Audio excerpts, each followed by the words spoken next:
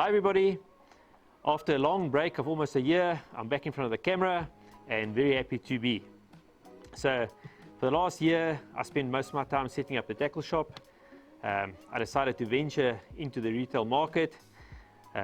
It's a very deep, dark world out there, but I'm excited to be in the business. And now that I've got a bit of spare time, I can start filming again and hopefully get some fishing done and obviously do what I love doing, which is education in fishing and education in conservation related to fishing. So after my bit of break from fishing and not fishing that regularly like I used to and starting again, I realized that how quickly one forgets the basics of fishing. So I thought maybe this is a good opportunity to get back to basics, especially for the guys that are brand new in the sport or the youngsters that are learning, just to sort of sum up a few of the basics when it comes to rock and surf fishing to start off with. So that's what I'll dedicate this video to today. I'll call it the basics or the ABC of rock and surf fishing, just to give you guys a quick summary of what I think is important for me to do when I go fishing, and to make sure that I've got my gear and everything in place in order to place myself in a position where I've got the best chance to catch a good fish.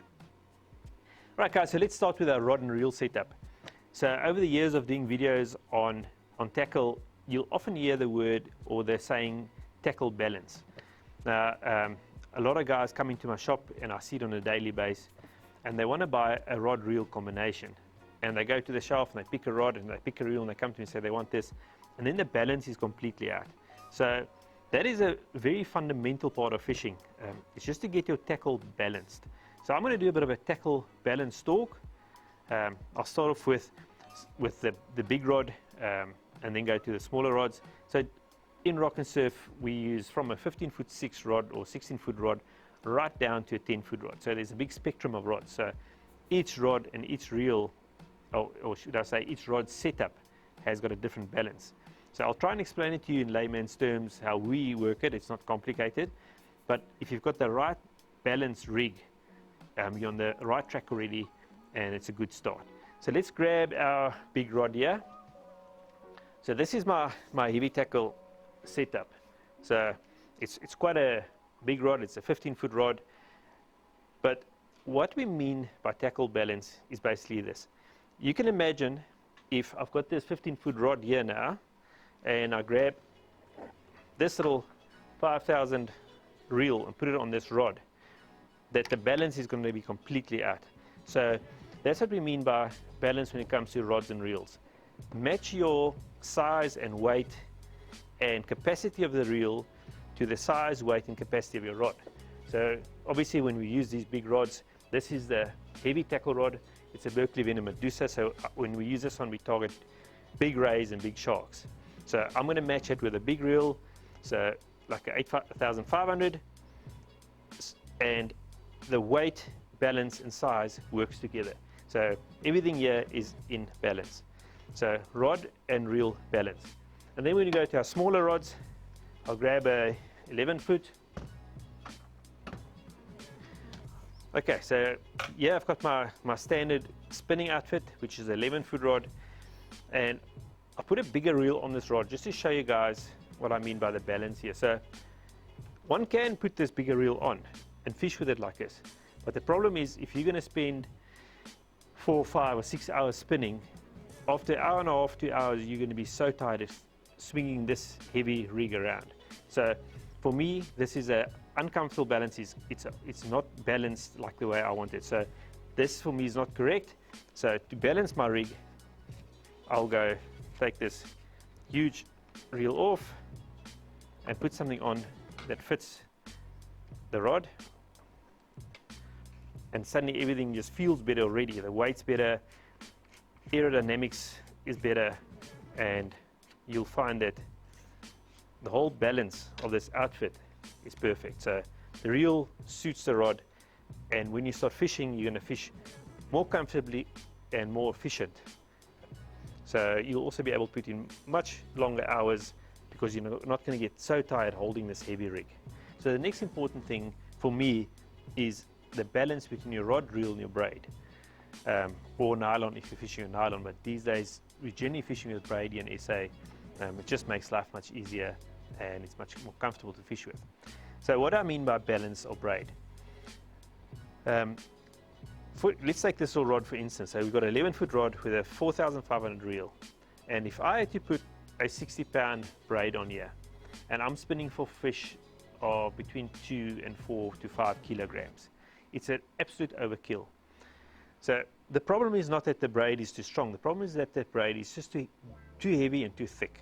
So what I'm doing is I'm taking a huge amount of distance off my cast, and especially for shore spinning, the key point in shore spinning is to get distance, get your lure into the ocean as fast as possible to get into the zone where those fish feed.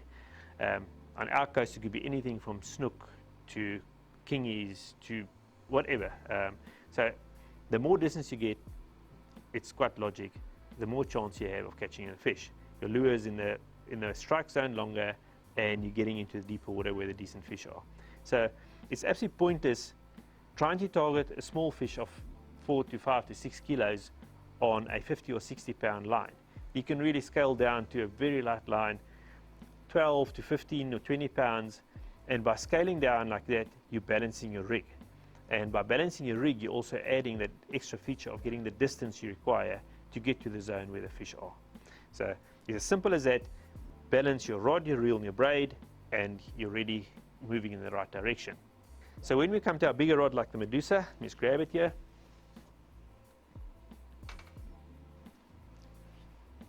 So here we've got 80-pound braid on it, and so the balance is correct, because the type of fish I want to catch on this rod can weigh up to 200, 250 kilograms maximum, or even more, but it's not the type of fish we generally catch on a cast bait in South Africa. So on average, we would target fish between 100 and 200 kilograms on this, so your 80-pound to 100-pound braid is sufficient. If I had to go on this rig, which is a 15-foot and an 8,500, put 20-pound for instance, I'm throwing the balance of the rig out. I'll get the distance, but I won't be able to land the fish that I'm targeting. So I guess you guys understand what I mean by the balance between your rod, your reel, and the braid. Right, so let's move to the next step. So we've got a rod, we've got a reel, we've got a casting braid. Then we add a leader to our braid. So you'd ask me, what is the purpose of a leader? Or should I explain what a leader is before I tell you what the purpose of a leader is? A leader is a piece of braid, if you're fishing a braid, or nylon if you're fishing a nylon, of approximately 6 to 8 or 9 meters long, which you put on the end of your braid, and to your leader you attach your trace, which is attached to the hooks and stuff where you put your bait on.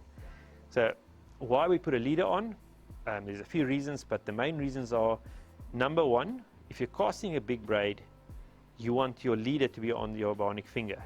You're putting so much pressure on that cast that your thinner braid would most probably snap on this bionic finger. So the leader gives you the opportunity to put way more pressure on your cast and prevent that braid from breaking, because you're fishing with a heavy leader. Over here I've got a 220-pound leader. In general, your heavy tackle leaders can be anything from 150 to 250 pounds of that 6 to 8 meter leader or 9 meter leader. So that's, for me, that's the first purpose of the leader, is my casting, not to snap my main braid on the cast. And the second purpose, and most probably the most important, is if you're fighting a big fish, that your main line doesn't rub off on either the sand, mussels, reef, seaweed, or whatever is in the water. That leader is a piece of protection. When you're fighting a big fish, it can rub against whatever is down there, and you can get your fish out safely, and you don't have to lose a fish with a piece of line in its mouth or something like that. So that is the other main reason for a leader, is to protect your fish that you're fighting from being cut off on reef or whatever is out there. All right, so that is our heavy tackle leaders. I also want to mention that on our spinning setup, we don't always put a leader. The main reason for that is that we need the distance, and as soon as you add a leader to your spinning setup, you lose distance.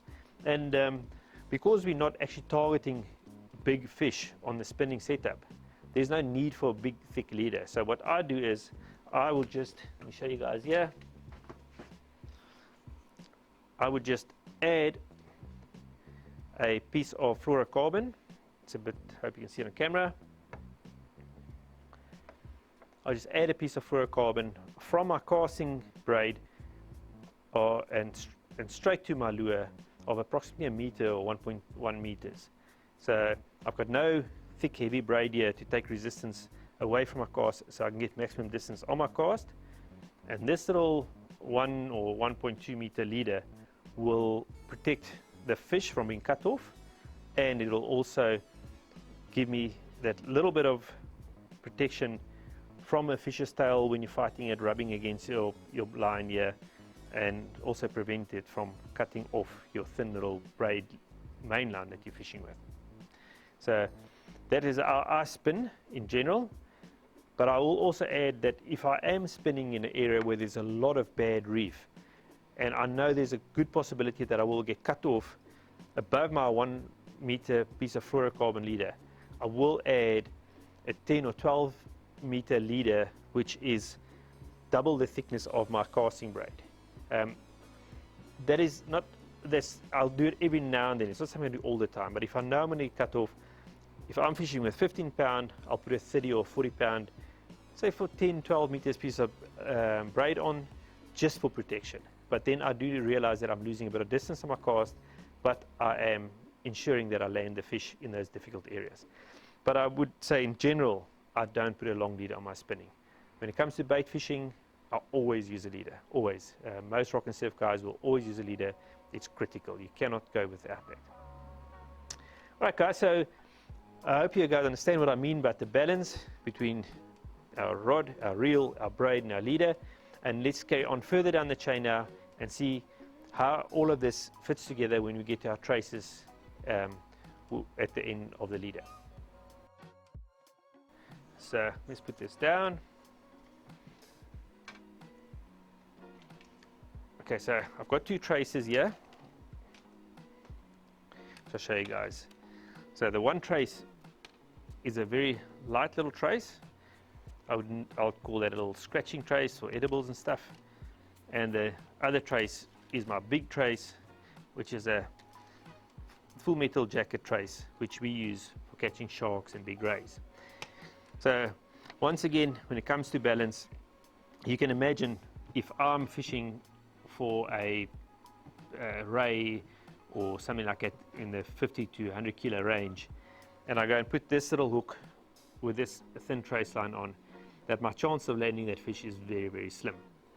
So the balance when it comes to my gear that I'm using, the fish that I'm targeting, needs to be correct. So targeting a giant shark or ray, I need to have something that's going to withstand the power of that fish and allow me to land that fish.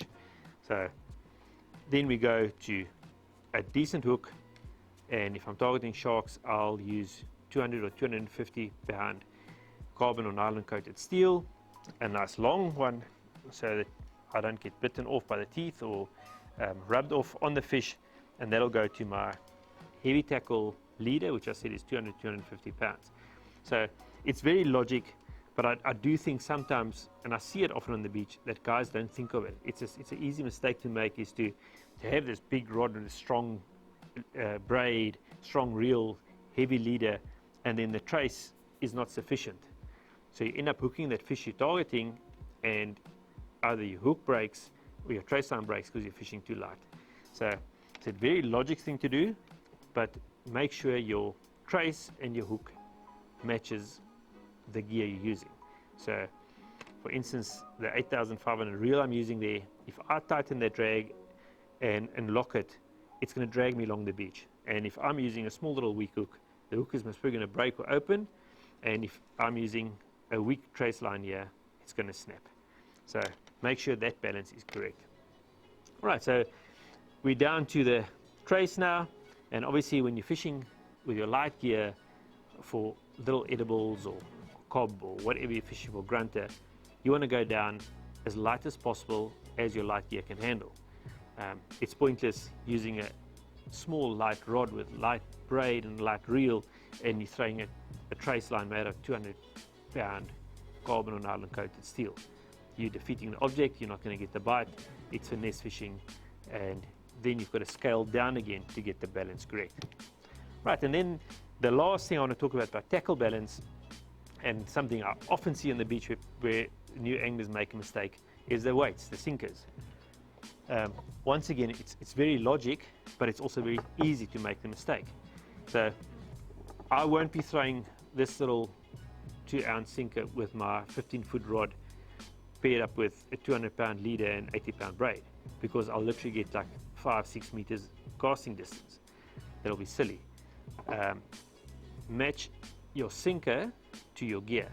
So if the rod is rated 7 to 9 ounces, and if I say 7 to 9 ounces, it doesn't mean the rod is rated that it can throw a sinker of 9 ounces with the bait. Rods are rated 7 to 9 ounces, so it means the total weight of whatever you're casting, including your sinker, should be a maximum of 9 ounces. So if you're using a rod of 7 to 9 ounces, and you're building a nice big bait, you generally want to use a 6 or 7 ounce weight with your bait, and it'll get you a total weight of 9 ounces. And that is what the rod's built for. Then the balance of the rod is correct, and you'll get the maximum distance out of your cast. So always check your ratings on your rods.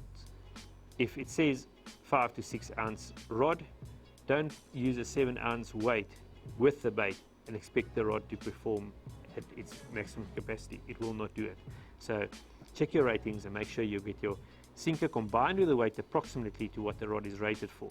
And if all those things are in balance, you will get a maximum distance in your casting, you'll hook the fish you're targeting, and then you'll have the ability to land the fish that you hook. So I hope that makes sense to the guys out there, especially the new anglers. I said it's actually all logic stuff, but it's easy to sometimes miss one step in the chain. And as you know, the weakest link in the chain is where it's going to break.